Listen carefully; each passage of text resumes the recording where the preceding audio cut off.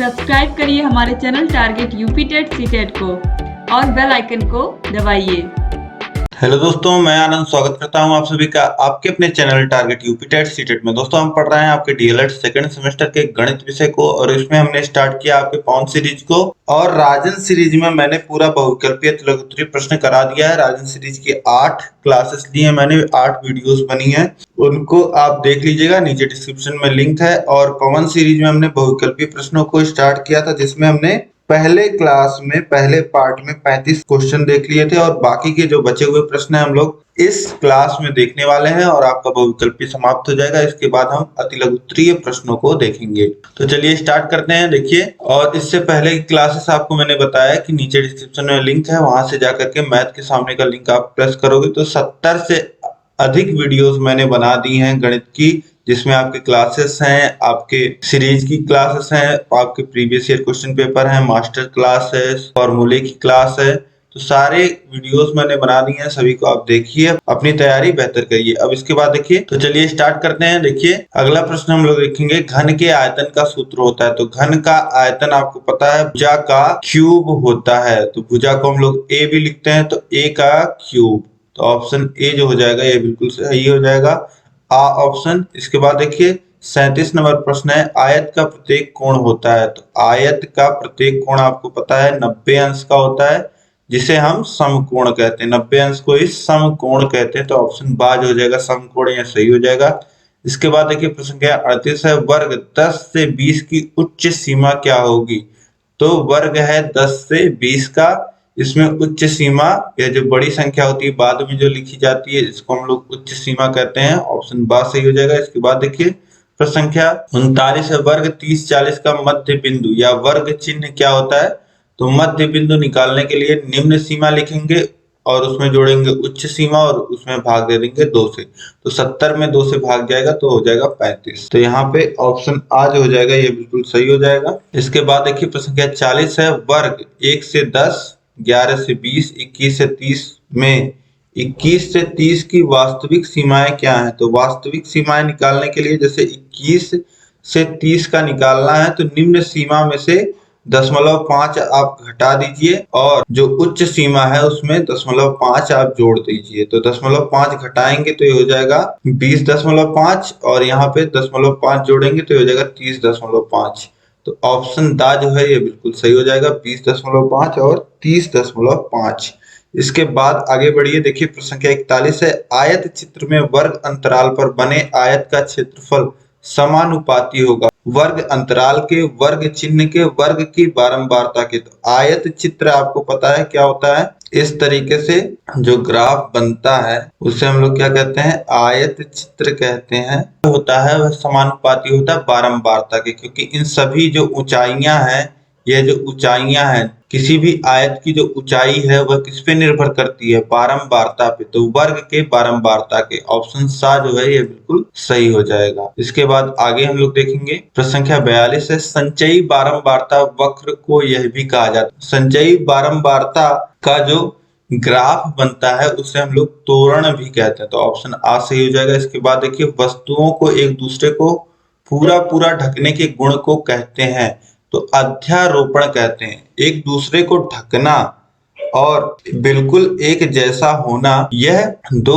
अलग अलग चीजें होती हैं, ठीक है। बिल्कुल एक जैसा होना या सेम स्वरूप का होना और आकार अलग अलग होना, छोटा बड़ा होना, यह अलग चीजें हैं, ठीक है। तो एक दूसरे को ढक रहा है तो यह क्या होता है, यह इसे हम लोग कहते हैं अध्यारोपण। इसके बाद देखिए प्रश्न संख्या 44 है, सर्वांग समता में होता है। सर्वांग समता में सब कुछ ही समान होता है, समान बनावट होता है, समान आकार होता है और समान क्षेत्रफल होता है।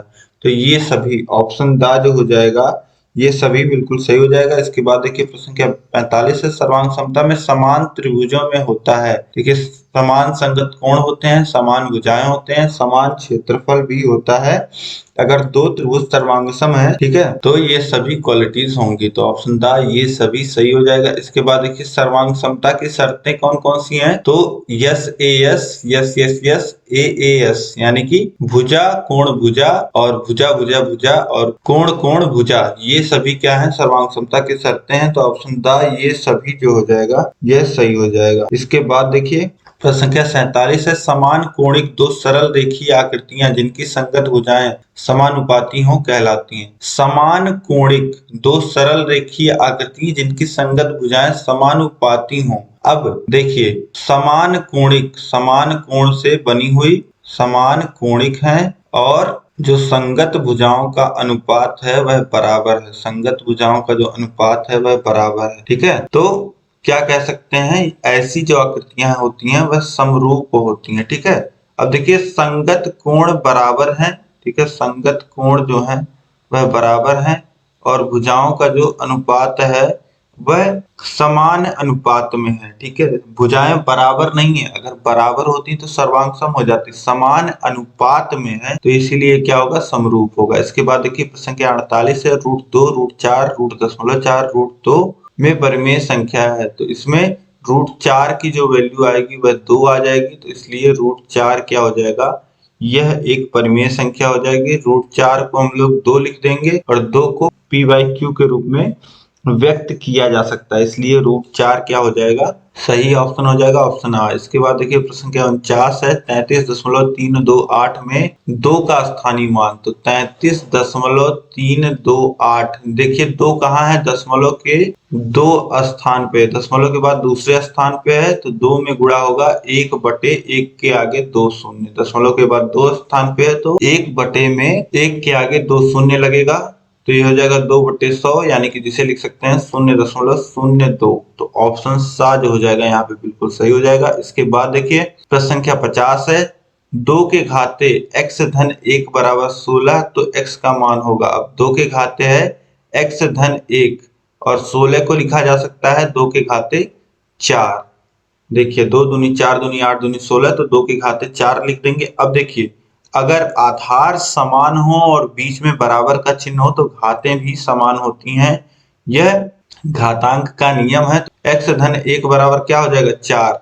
यहाँ पे देखिए आधार 2 और 2 समान है और बीच में बराबर का चिन्ह है, तो नियम होता है घात का, अगर आधार समान है, बेस अगर इक्वल है और संख्याओं को इक्वल दिखाया जा रहा है तो उनका जो पावर होता है, उनपे जो घात होती है वह भी समान होती है। तो x धन 1 बराबर 4 हो जाएगा, यानी कि x बराबर कितना आ जाएगा, 4 - 1 3। तो x की वैल्यू 3 हो जाएगी, ऑप्शन बा जो हो जाएगा यहाँ पे यह सही हो जाएगा। इसके बाद देखिए प्रश्न संख्या 51 है, चलिए इसको सॉल्व कर लेते हैं। ये बोर्ड मास पे बेस्ड क्वेश्चन है, ठीक है, तो इसको सॉल्व करिए। देखिए 2015 में पूछा हुआ प्रश्न है, अब यही आपको दिया गया दोस्तों, इसी का मान आपसे पूछ रहा है। अब यहाँ पे देखिए आपको चिन्ह दिख रहा है, यहाँ पे माइनस चिन्ह दिख रहा है, यहाँ पे प्लस, यहाँ पे भाग का, और यहाँ पे देखिए लिखा गया है का 1/2। तो बोर्ड मास में हम लोग पढ़ते हैं ओ मतलब होता है ऑफ, मतलब का, ठीक। तो सबसे पहले ब्रैकेट्स को सॉल्व किया जाता है, जितने भी कहीं भी कोष्टक आपको लगे हुए मिलते हैं उनको सॉल्व किया जाता है। फिर उसके बाद का को, फिर डिवीजन को, फिर मल्टीप्लिकेशन को, फिर एडिशन को, फिर सब्सट्रैक्शन को। तो अब देखिए का आया है और का से ऊपर देखिए ब्रैकेट कहीं नहीं आया, तो सबसे पहले हम लोग किसे सॉल्व करेंगे, का को सॉल्व करेंगे। और का मतलब क्या होता है, गुणा होता है, ठीक है। तो सबसे पहले यही सॉल्व होगा, तो सबसे पहले इसी को सॉल्व करिए। अब देखिए 1/8 है, ऋण 3/8 है और धन 2/8 है और भागा 1/4। का को लिखेंगे गुणा और सबसे पहले इसी को हल किया जाएगा, तो ये हो जाएगा 1/8 ऋण 3/8 और धन 2/8 भागा, अब यहाँ पे हो जाएगा देखिए 1/4 का गुणा 1/2 में होगा, तो ये हो जाएगा 1/8। अब इसके बाद देखिए 1/8 ऋण 3/8 धन 2/8 भागा है 1/8। अब भाग को गुणे के रूप में भी परिवर्तित कर सकते हैं आप, कैसे, इस भाग को गुणे के चिन्ह में कैसे बदल सकते हैं, ये जो बाद वाला भाग वाला है भिन्न इसको पलट दीजिए, तो ये हो जाएगा 8/1। तो पलटने के बाद चिन्ह भी गुणे का लग जाएगा। अब देखिए गुणा है तो यहाँ पे क्या हो जाएगा, 8 से 8 कट जाएगा, ठीक। या सीधे सीधे आप काटिए नहीं, हर को 8 भी रख सकते हैं आप। देखिए बाकियों का हर 8 है, तो इसे आप ना काटिए और हर ऐसे ही 8 रहने दीजिए। तो 1/8 ऋण 3/8 और गुणा होने के बाद ये हो जाएगा 16/8। अब देखिए ये क्या हो जाएगा, सभी के बटे 8 हो जाएगा और 1 ऋण 3 धन 16 हो जाएगा, ठीक। अब देखिए 1 जुड़ जाएगा 16 में, हो जाएगा 17 और 17 में से 3 घट जाएगा तो कितना आ जाएगा, 14 आ जाएगा। ये हो जाएगा 14/8 और 2 से ऊपर नीचे काटेंगे, 14 को काटेंगे 7 बार में, 8 को काटेंगे 4 बार में कटेगा, तो ये हो जाएगा 7/4। इसकी जो वैल्यू आ जाएगी सॉल्व करने के बाद वह कितना आ जाएगा, 7/4 आ जाएगा, 7/4। तो यहाँ पे ऑप्शन सा जो हो जाएगा ये बिल्कुल सही हो जाएगा। इसके बाद देखिए प्रश्न संख्या 52 है। एक त्रिभुज की भुजाएं 2 सेंटीमीटर, 3 सेंटीमीटर, 5 सेंटीमीटर तो त्रिभुज होगा। अब यह प्रश्न मैं आपको पहले बता चुका हूँ। देखिए पूछा हुआ प्रश्न है तो कहीं ना कहीं मैंने आपको कराया ही है। देखिए एक भुजा है 2 सेंटीमीटर की, दूसरी भुजा है 3 सेंटीमीटर की और तीसरी सबसे बड़ी जो भुजा है वह 5 सेंटीमीटर की है। तो सबसे बड़ी जो भुजा त्रिभुज की होती है उसका जो मान होना चाहिए बाकी दोनों भुजाओं के योग से छोटा होना चाहिए, ठीक है। तो a प्लस बी हमेशा क्या होना चाहिए, अगर c सबसे बड़ी भुजा है तो a प्लस बी हमेशा ग्रेटर देन c होना चाहिए, ठीक है। मतलब कि जो दो छोटी छोटी भुजाएं हैं उनका योग जो है वह हमेशा बड़ी भुजा से बड़ा होना चाहिए। तो यहाँ पे आप देखिए a धन b कितना है, 5 है, क्योंकि a की वैल्यू 2 और b की वैल्यू 3 है और ग्रेटर देन होना चाहिए 5 के। तो अब देखिए 5 से बड़ा तो है नहीं, बराबर है, तो हमेशा बड़ा होना चाहिए, ठीक है, तभी त्रिभुज पॉसिबल होता है। तो यहाँ पे त्रिभुज संभव नहीं, ऑप्शन द सही हो जाएगा, ठीक है। अगर आप 5 सेंटीमीटर की एक भुजा सी खींच देते हैं और उसके बाद आप सोचिए कि 2 सेंटीमीटर का हम ए बना देंगे और उसके बाद यहाँ से मिला देंगे तो 3 सेंटीमीटर में तो आप मिला ही नहीं पाएंगे इस पॉइंट को, ठीक है। तो इस वजह से त्रिभुज फॉर्म ही नहीं होगा, ठीक है, क्योंकि ये 5 सेंटीमीटर की स्ट्रेट लाइन खुद ही है। तो 5 सेंटीमीटर में आप कैसे दो भुजाएं घुमा के बना लोगे, ठीक। इसके बाद देखिए प्रश्न संख्या 53 है। संख्याओं 10, 65, 91 का लघुत्तम समापवर्त है। तो लघुत्तम समापवर्त आपको निकालना है तो आप गुणनखंड कर लीजिए या भाग विधि से लिख लीजिए। अब देखिए 10 को लिखा जा सकता है 2 गुणे 5 और 65 को कितना लिखा जा सकता है, 65 को देखिए लिखा जा सकता है 5 गुणे 13 और 91 को कितना लिखा जा सकता है, 7 गुणे 13 लिखा जा सकता है, ठीक। अब इसके बाद जब लासा हम लोग लिखेंगे इसका, तो लासा में सभी को लिखते हैं। देखिए 2 आया है तो 2 को लिखेंगे और 2 सबसे अधिक बार कहाँ आया है, 10 में आया है, बस एक बार 2 आया है तो एक बार 2 लिख लेंगे। अब देखिए 5 आया है तो 5 को लिखेंगे 5 सबसे अधिक बार, तो 10 में के गुणनखंड में 5 आया है और 65 के, तो सबसे अधिक बार कितनी बार आया है, एक बार, तो एक बार लिखेंगे। इसी तरीके से 7 एक बार आया है, 13 एक बार आया है। अब देखिए 2 का गुणा 5 में होगा, हो जाएगा 10 और 7 में हो जाएगा तो हो जाएगा 70 और 70 का गुणा होगा 13 में, 70 का गुणा होगा 13 में, तो 13 सत्ते 91 और 91 और 0 910। यहाँ पे इसका लासा कितना आ जाएगा, ऑप्शन सा 910। इसके बाद देखिए नेक्स्ट क्वेश्चन है 54 नंबर। दो असमान परिमेय संख्याओं के बीच परिमेय संख्याएं होती हैं। दो असमान परिमेय संख्या जैसे 3/5 हो गया और 7/8 हो गया, ठीक। तो इन दो परिमेय संख्याओं के बीच आप अनंत परिमेय संख्याएं लिख सकते हैं, ठीक है। तो ऑप्शन द अनंत सही हो जाएगा। इसके बाद देखिए प्रश्न संख्या 55 है। 3 धन 2 ब्रैकेट में लिखा है, फिर गुणे 7 लगा है, का मान होगा। का मान, इसका मान कितना आएगा, देखिए 7 का गुणा 2 में होगा और 7 का गुणा 3 में होगा। 3 गुणे 7 धन 2 गुणे 7 लिखा जाएगा, ऑप्शन बा जो हो जाएगा ये बिल्कुल सही हो जाएगा। इसके बाद देखिए प्रश्न संख्या 56 है। x ऋण 7 और x धन 9 का गुणनफल है। तो x ऋण 7 एक ब्रैकेट में, दूसरे ब्रैकेट में x धन 9, इसी का गुणा होना है। तो देखिए इसको कितना लिखा जाएगा, बराबर x का गुणा होगा x धन 9 में, फिर ऋण 7 का गुणा होगा x धन 9 में, ठीक है। तो कितने के बराबर आ जाएगा, ये आ जाएगा x² प्लस 9x और इधर -7 का गुणा होगा तो -7x और 7 का गुणा 9 में, -7 का गुणा +9 में होगा तो -63, ठीक है। तो ये हो जाएगा x² + 2x - 63, इतना आ जाएगा ये x² + 2x - 63। तो यहाँ पे ऑप्शन सा में दिया गया है, ऑप्शन सा जो हो जाएगा यह बिल्कुल सही हो जाएगा। ऑप्शन सा यहाँ पे सही हो गया। इसके बाद देखिए प्रश्न संख्या 57 है। एक त्रिभुज का क्षेत्रफल 48 वर्ग सेमी है, यदि उसकी ऊंचाई 8 सेमी हो तो त्रिभुज का आधार होगा। त्रिभुज का क्षेत्रफल आपको दे दिया है 48, वह बराबर है किसके? सूत्र आपको पता है 1/2 आधार गुणे ऊंचाई। ऊंचाई आपको दिया गया है, आधार आपको निकालना है। तो आधार गुणे 8 लिख दीजिए। 2 से 8 को काटेंगे 4 बार में कट जाएगा और आधार बराबर हो जाएगा 48/4। तो 4 से काटेंगे 48 को तो 12 बार में कट जाएगा, यानी कि आधार कितना आ जाएगा? 12 सेंटीमीटर आ जाएगा। इसके बाद देखिए प्रश्न संख्या 58 है। परिमेय संख्या ऋण 4/9 से छोटी परिमेय संख्या है। ऋण 4/9 एक परिमेय संख्या है। नंबर लाइन पे देखें तो 0 से बाएं तरफ नेगेटिव नंबर शुरू होते हैं। ऋण 4/9 इधर आएगा कहीं -1 से पहले ही, ठीक है। से छोटी, आपको इससे छोटी परिमेय संख्या देखना है।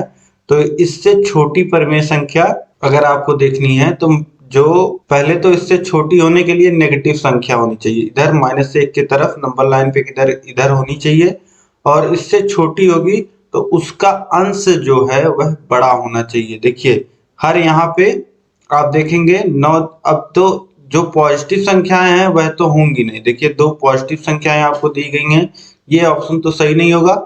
और ऋण 1/9 अगर आप देखें तो आप पहली बार में देखोगे तो आपको लगेगा ऋण 1/9 ही सही है, क्योंकि आपको लग रहा होगा कि ऋण 1/9 छोटा है, लेकिन नहीं, ऋण 1/9 इससे दाहिने तरफ आएगा। क्यों? क्योंकि आप ऋणात्मक संख्याओं में देखोगे वह संख्या जितनी, उसका जो मान है जितना छोटा आपको दिखेगा वह संख्या उतनी ही बड़ी होती है।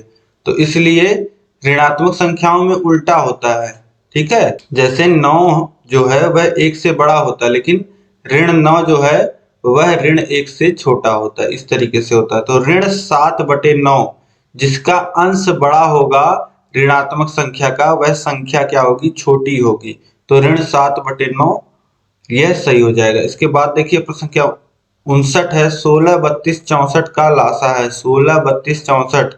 अब देखिए लासा में क्या होता है, अगर जितनी संख्याएं दी गई हैं उनमें से जो सबसे बड़ी संख्या है वह बाकी दो संख्याओं का मल्टीपल है। बाकी दोनों संख्याओं से पूरा अगर विभाजित होती है तो वो जो सबसे बड़ी संख्या है वही लासा हो जाती है। तो यहाँ पे ऑप्शन आ 64 जो है यह बिल्कुल सही हो जाएगा। इसके बाद देखिए प्रश्न संख्या 60 है।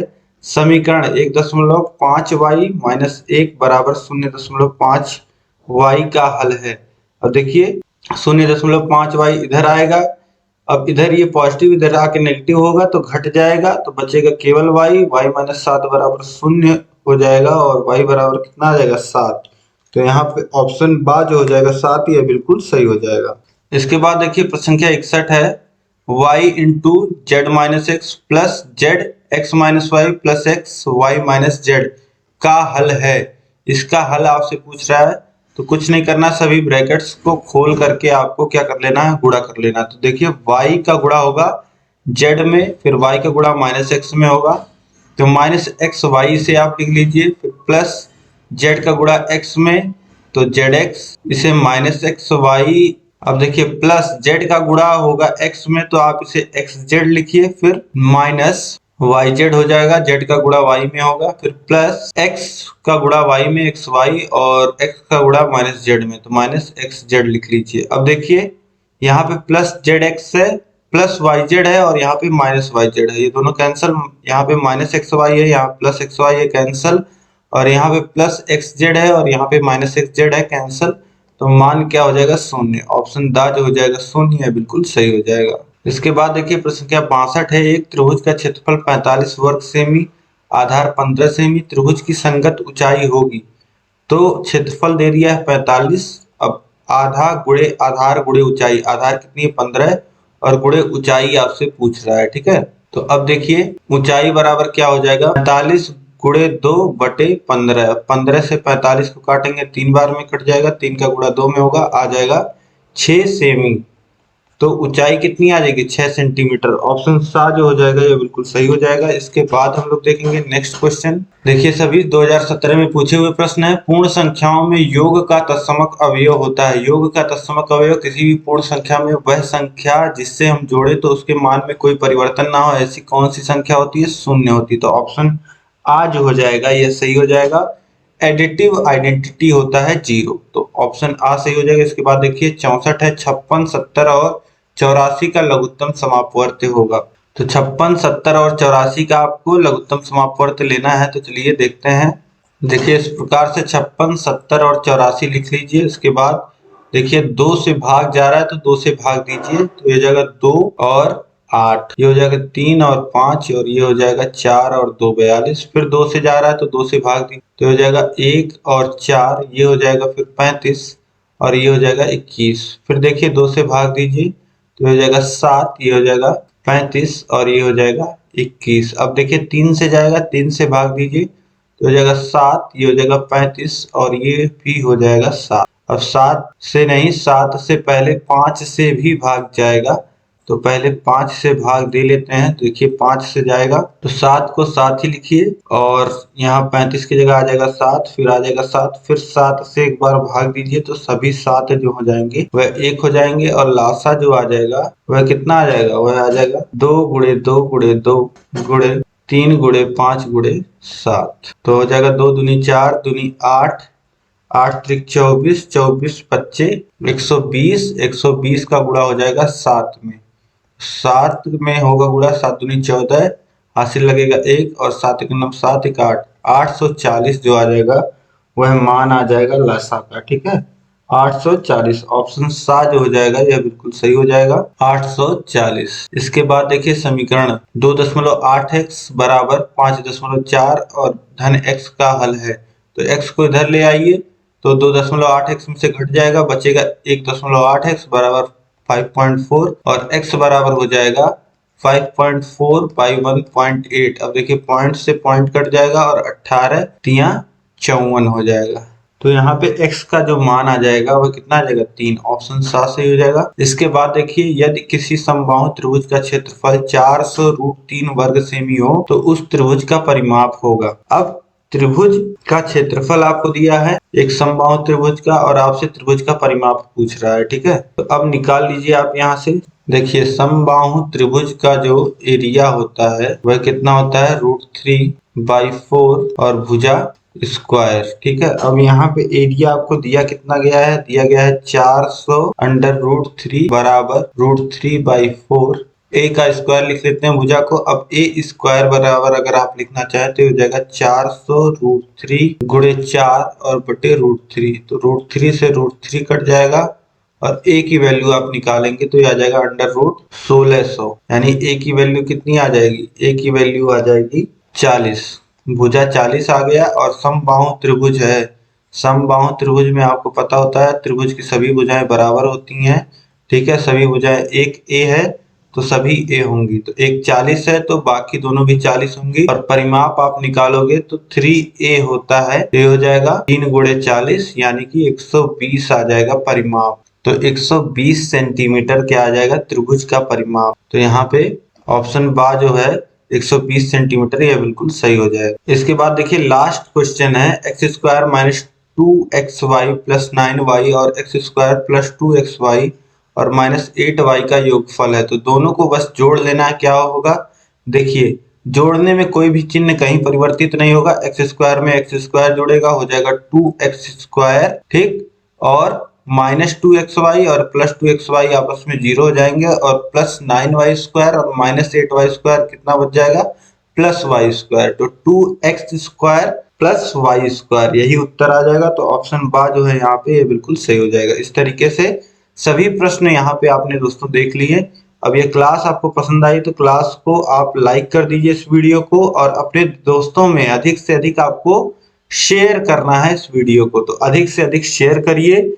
चैनल को अभी तक अगर आपने सब्सक्राइब नहीं किया है तो सब्सक्राइब कर लीजिए, और नीचे डिस्क्रिप्शन में आपको सभी विषयों का लिंक मिल जाएगा, वहां से जाकर के आप सभी विषयों को पढ़िए और अपनी तैयारी को बेहतर बनाइए। इस वीडियो में कहीं भी कोई भी दिक्कत आई है तो आप मुझे कमेंट करके बताइए कितने क्वेश्चन आपके सही हुए, आप मुझे कमेंट करके बताइए।